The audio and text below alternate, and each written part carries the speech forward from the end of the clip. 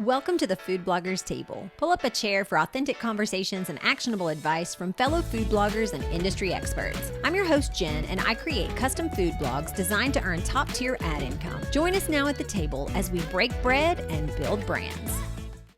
Does branding really matter? That's a question that I get, that I've heard, and I want to get your thoughts on. Does branding really matter? Yes, is the short answer.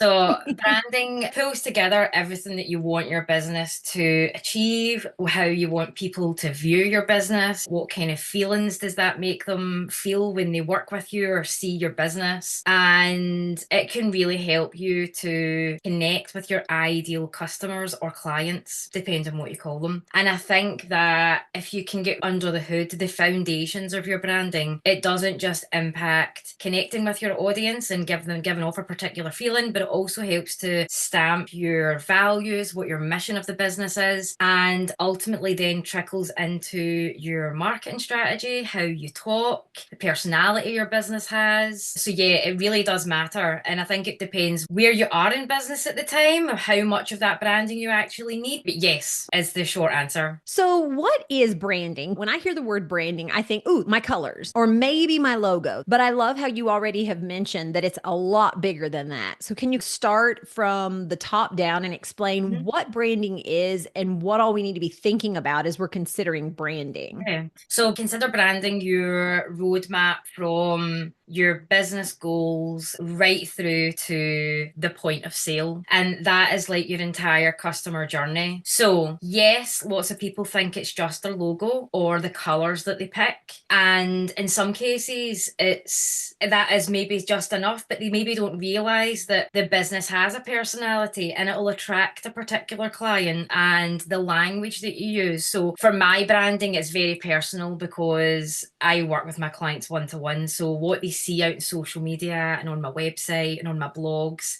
is very much what they get from me. But if you have a look at some of the bigger businesses around the world, in fact, I've recently been working on this as one of my lead magnets, and it's showing off different brand values of some of the bigger companies around the world. And it's not just a case of good customer service, because that's a given. You expect good customer service, but this goes into sustainability, diversity, what's important to them as a business, really getting to in some cases, like really almost trending matters. And if that's a really key point for their ideal audience, that ideal customer is then going to become a loyal customer, and they're always going to shop there and they're always going to buy for them. But their physical branding, their brand identity is so well known, and the color that they use is so well known that the minute they see that icon, they go, oh, that's that company that does this.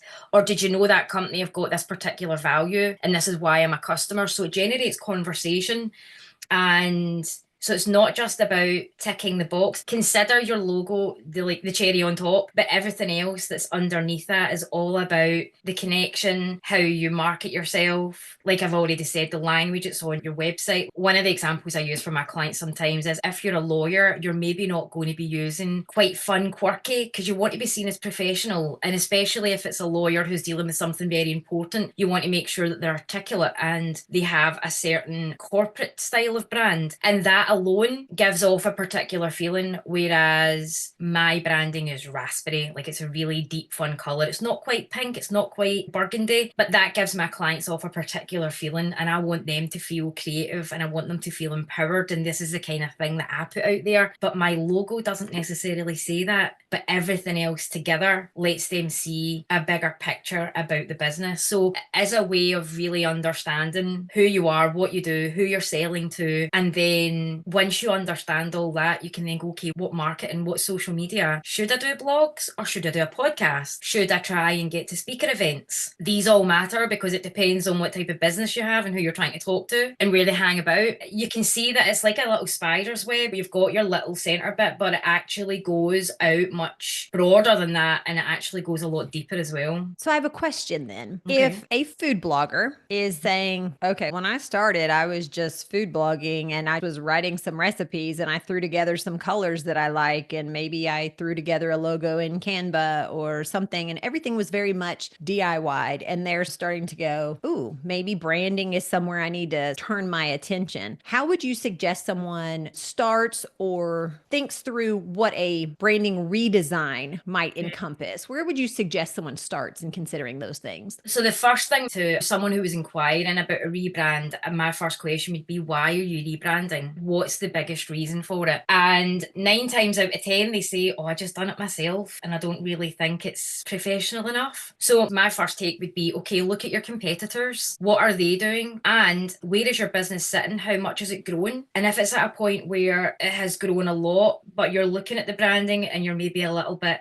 embarrassed by it, or you're just like, oh, a bit cringing because somebody's went on your website and you're like, I've done that myself and it's just not on par. At this point, that's where you would maybe go, okay, maybe I want to rebrand. And my first suggestion would be to speak to a few branding designers, get some quotes, definitely have a look at their work that they've done, because everybody's got a different take on their branding. So I don't do lots of illustration work, but I know some brand designers that do that. So if I was a food blogger, the first thing I would look at are my competitors. I would also see how much is my business growing and what other opportunities are out there, and is my business at a point where people will take me serious, or will they look at my website and be like, it's a bit, in my language, hodgepodge, it's a bit all over the place, it's a little bit messy, or that you've chosen the colours because you like them and they don't necessarily tick the boxes for the values you're trying to put across or the kind of feeling you want to put across. And having all of that really does make the difference on looking more professional, looking more credible. You won't just have a logo or branding created that looks nice, but under the hood, like I say, all these boxes will then be ticked. The other great thing about having a branding designer is that the artwork is yours. It's been created for you, which then would make you stand out over and above your competitors. I've done some rebrands just for clients in all different industries, and the one thing that really stands out is looking okay, behaving okay, to wow, like it's a total step up. And how people see your business really does go up the way, because people are like, wow, look at the difference in what they've done. And it's not even just in the colours or the logo, but you could have had some nice brand photography done, and all of this pulled together just sets you apart from your competitors and could mean more money. It brings in more money, because at that point you look more professional, you could probably increase your pricing, you'll get more sponsorship coming in, more ad revenue. So there's a lot more than just having a pretty logo designed, and that's what a good branding designer would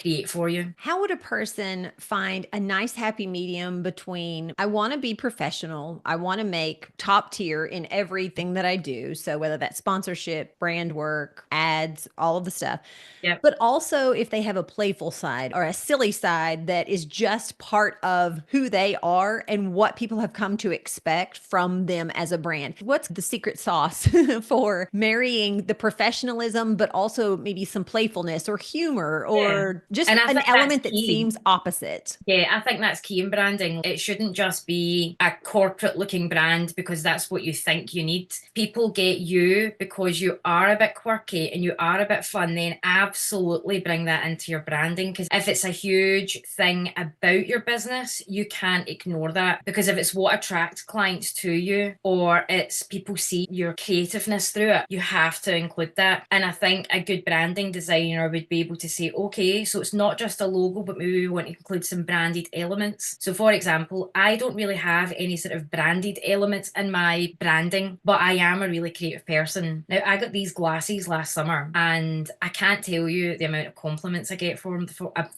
them. And a friend of mine who's also a designer was like, you need to get that in a little graphic. And I've always got a headband on. I've always got one of these on. I've got a ridiculous collection. And she's like, you have to include this. I think it would be really quirky. So I am doing lots of work on my business and how it looks and how it's seen at the moment. But it's also making me think, actually, do I need a rebrand? Do I need to tweak it? And sometimes it's not an entire overhaul. Mm-hmm. It could be that a small percentage or a 50% of your branding is there. They're just not marrying up at the moment. And again, a good brand designer would be able to look at that and go, okay, so we maybe want to have a really custom logo and make it a bit more fun. And If you're working with an experienced brand designer, they likely will have a questionnaire and they'll get you to dive into telling them what you're like, what the business is like, what do your clients love about the product or service that you have, and what do you envision your branding to be. The other really great thing that I would advise anyone to do is go on Pinterest, create a secret board, and just do lots of search and lots of pinning. And it could be that you're looking for fun branding, quirky logos, bold and bright branding. It'll start then saying, oh, do you want to see more of that? Do you want to visit this particular board? And before you know it, you've pulled together lots of inspiration. And before you've even got to a designer, you've got a really good idea of the things that you like and don't like. And a designer will work with you to make sure that, one, you like it, but two, it connects with your audience. And three, it brings together everything that you want the business or food blog or products that you're selling to be at the kind of top of their game, but looking like a personal individual brand that's been created. So Pinterest is a big top one. Check out your competitors, see what they're doing, and also have a look at fun and quirky, because sometimes you might look at it and go, actually, it's a little bit out there for me, maybe not so much. But there might be a happy medium that you go, oh, I'm quite taken by that. I think I want to go down that sort of route. Nothing too much, but a little bit of colour here and there. But a good designer would be able to pull that together for you. So you can go as big and bold as you like, as long as you still keep your ideal customer in mind. And that's like the big game. It's like a giant jigsaw for us designers, where we're like, okay, here's the fundamentals, here's the ideal client, and here's what my customer would like to see. And then we match that up. And then that's when a good designer will be able to say to you, here are some mood boards, here's a couple of examples of the creative direction you could take. So before you've even got to the design stage, you've got a really clear idea of where you're going with what your branding looks like, but you can see that it's ticking all the important boxes as well. Thanks so much for tuning in to the Food Bloggers Table. I'm your host, Jennifer Holt, and I look forward to serving you in the next episode.